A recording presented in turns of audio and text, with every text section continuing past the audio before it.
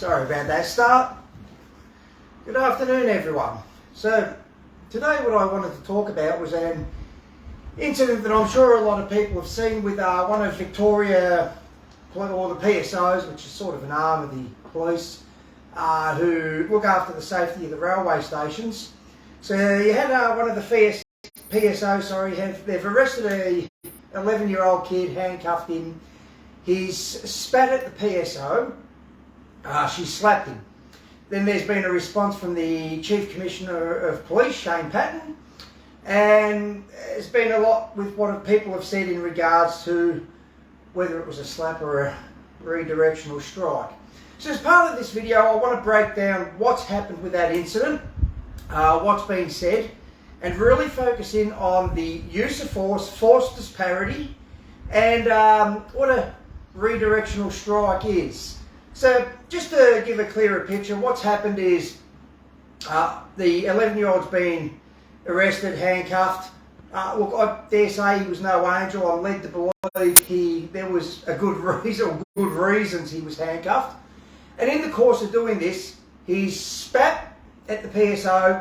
There's been a second or two delay and she's gone boom and slapped him. Now it's hard to tell from the video. It looks more like the kid's head was down and he spat on her chest. That said, it's always hard to tell on video. He may have got it in her face.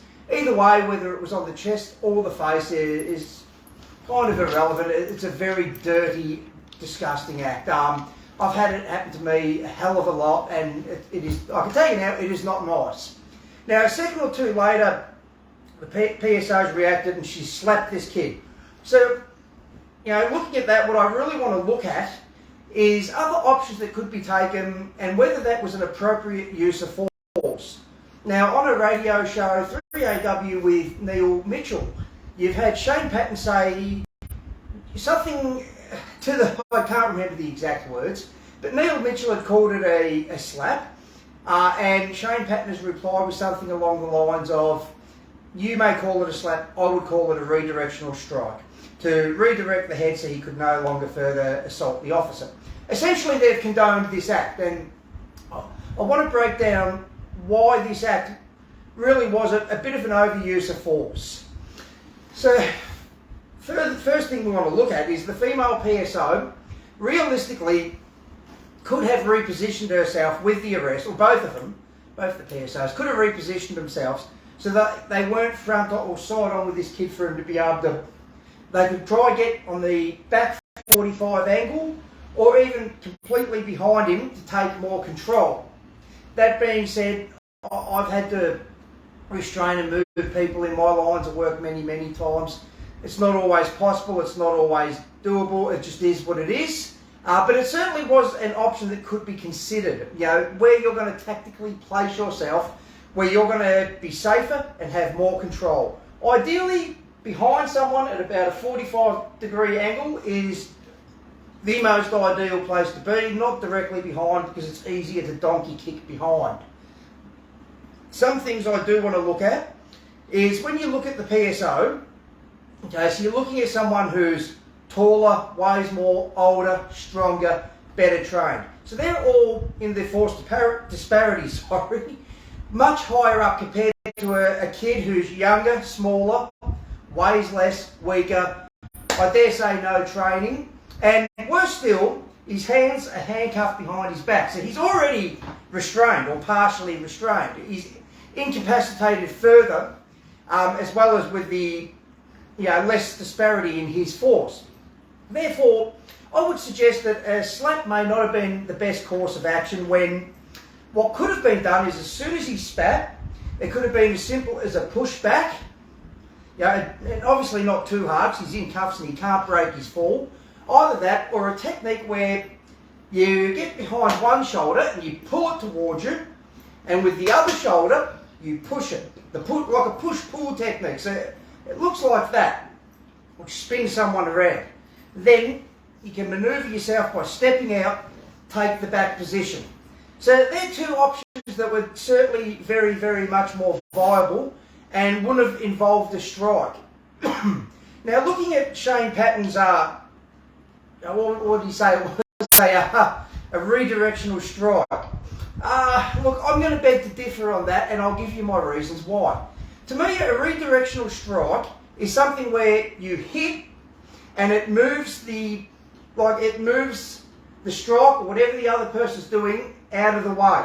It moves the energy and the force, and it breaks the line of what they're doing.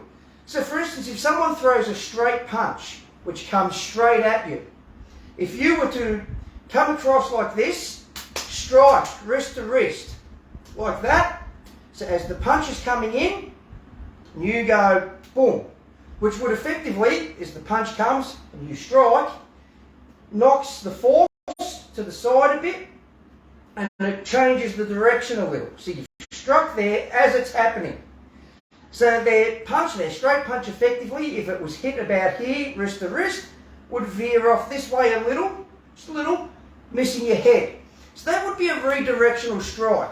Once someone's already spat, so the action's already happened, and then a second or two later you slap them, you've not really redirected anything. What you've done is you've effectively struck them. Now when you look at the factors we said with the force disparity between the age, training, weight, height and everything else, plus what's happened, I would say that it's a slight overuse of force, really. I mean, a great overuse of force? Probably not. Look, the kid wasn't really harmed. It wasn't that hard that he was hit, but I would say the argument is definitely there for an overuse of force. Now, I know a lot of people have said the kid deserved it, and look, I'm not going to comment on whether he deserved it or not. What I will say is what can be considered, I mean, because morals are very subjective. What one person finds moral, another may find immoral. But morally, what is right can be very different to what is legally right, which is a big distinction to make. What is morally right or believed to be morally right and correct may not always correlate with what is legally correct. So people have said, no, morally right, give the little kid a slap, he's played up, spitting's disgusting, which is, it is, spitting is disgusting. I'm certainly not condoning it. Whereas legally speaking, when you weigh up the force disparity, the fact that he was already in handcuffs and everything else, one could very easily argue that it was an overuse of force and that it certainly wasn't a redirectional strike. It was a retribution or retaliation strike onto the kid as an emotional response or anger. Especially when in self-defense, like I said, could have pushed back, pulled, moved around or whatever else. So they're my thoughts on that.